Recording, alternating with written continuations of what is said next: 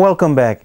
An Itauke family in Langere at Nasinu suffered a huge loss after their house was completely burnt down at 3 o'clock this morning.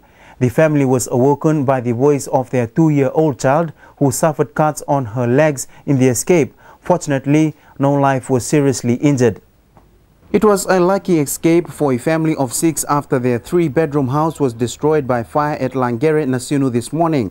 The National Fire Authority, or NFA Valilevu, received the fire emergency call at 0307 hours and immediately responded. Upon arrival, the fire crew saw the house fully engulfed.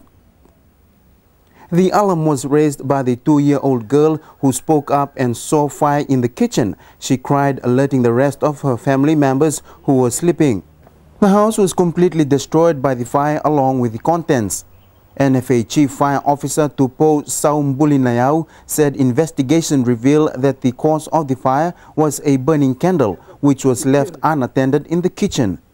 The family spent the night at the Valilevu fire station and will be staying with their relatives in Nausori. The NFA is urging members of the public not to leave naked flames unattended. Got a problem with water in your area? You can now have these issues addressed and more of your questions answered as the Water Authority of Fiji is holding a roadshow in downtown Suva as part of its efforts to bring its services closer to the public.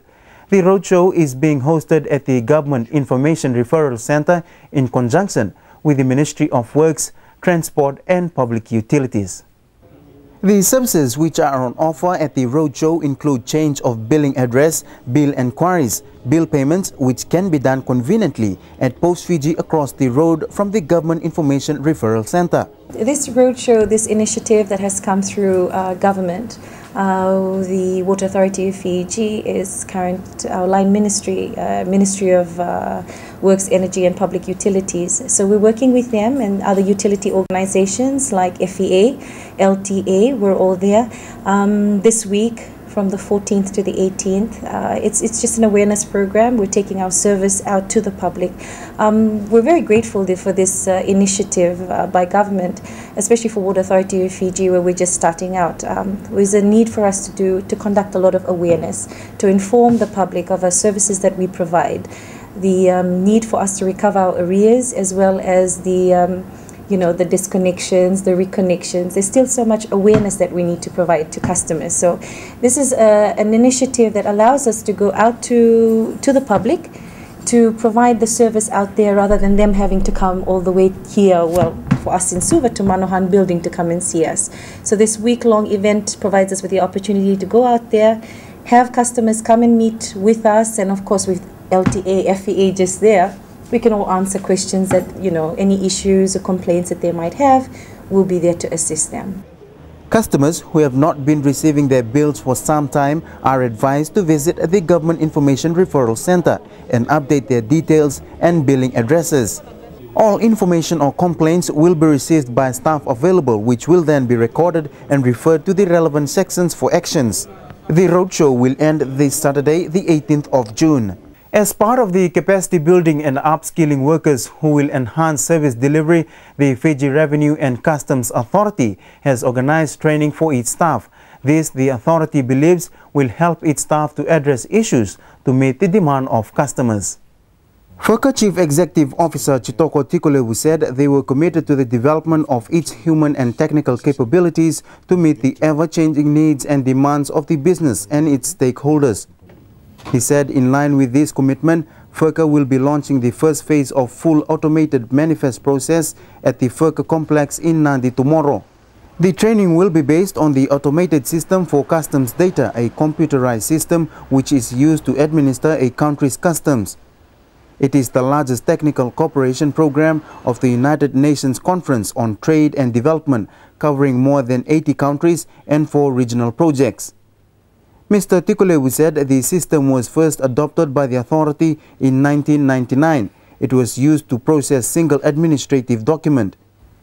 Electronic manifest was introduced in 2002 using the Ensikuda system in parallel with manual manifest control.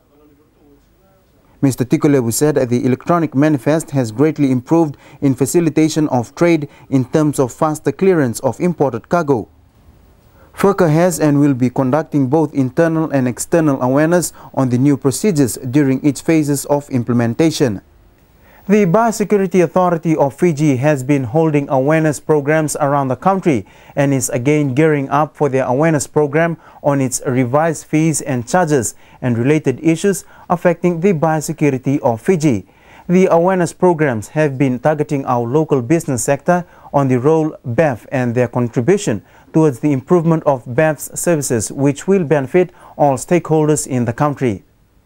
The awareness program is an opportunity for local businesses, exporters, importers and the public to be aware of the role of the Biosecurity Authority and the fees and charges for its services in the areas of imports, exports, registration of approved biosecurity premises, post-entry quarantine and other biosecurity activities. BEF Chief Executive Officer Elvis Silvestrini says they are at the front line of Fiji's border security and there is a need to strengthen Fiji's biosecurity capability not only to protect our people but also our economy and environment from invasive or harmful plant and animal pests. Training has been conducted for farmers and it's ongoing. It's largely targeted at fresh produce exporters in the Western Division, and it really looks at the requirements for fresh produce going to New Zealand and the requirements that are set out in the bilateral quarantine arrangement that we have with New Zealand, agreed between Fiji and New Zealand. And the BQA sets out that we need a structured approach and systems to maintain quality and traceability and the integrity of the products that we're sending over there, and to limit pests and diseases getting into New Zealand. It's a systems approach, which means that we look at everything from farmer registration, crop management, harvesting, grading and inspection and certifying these products with phytosanitary certificates to give confidence to our trading partners that we have gone through all of these processes. Silvestrini also urged individuals and businesses to participate in the awareness programs organized by BEF, as this will be the best opportunity for people to learn about BEF's responsibilities and also to clarify any issues they might have. And that's it from the news team. You can email us your comments to fijifocustv@info.gov.fj or call us on 3314-688. Until then, join us again tomorrow evening at the same time right here on MyTV. Good night.